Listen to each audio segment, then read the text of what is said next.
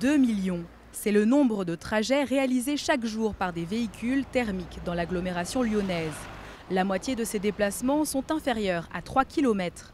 Afin de changer les mentalités et réduire les émissions en CO2, la communauté urbaine de Lyon lance cette année le programme Optimode.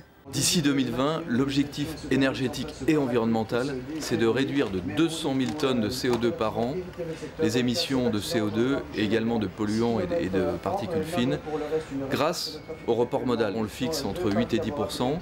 C'est les gens qui vont utiliser un autre mode que la voiture individuelle. 500 capteurs souterrains rendent compte de l'état du trafic en quasi temps réel. Ils seront 1 millier en 2020. Quand les voitures passent, elles sont détectées automatiquement par des capteurs qui sont dans le sol. Cette information ensuite transfère par des fibres optiques et ensuite est traitée. Et derrière, on peut renvoyer des commandes aux contrôleurs de feu qui sont situés tout le long de la voirie. Il y a grosso modo 1500 contrôleurs de feu sur l'agglomération lyonnaise. Les données récoltées permettent une prédiction de trafic à 1 heure.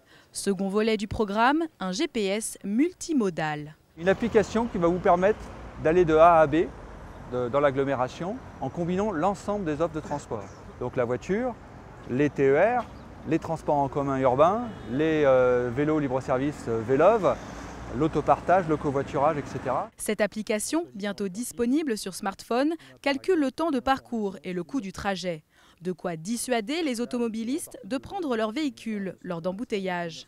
Pour les gens qui utilisent leur voiture, d'être capable de dire j'utilise ma voiture sur une partie du trajet, mais j'ai une occasion de pouvoir poser ma voiture parce que j'ai l'information parking temps réel, donc je sais que je vais pouvoir me garer, je ne vais pas passer une demi-heure, et je pourrai prendre le transport public.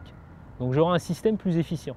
Le programme Optimode est précurseur au niveau européen. L'Union européenne pourrait bientôt dupliquer ce modèle dans 5 autres agglomérations telles que Madrid ou Turin.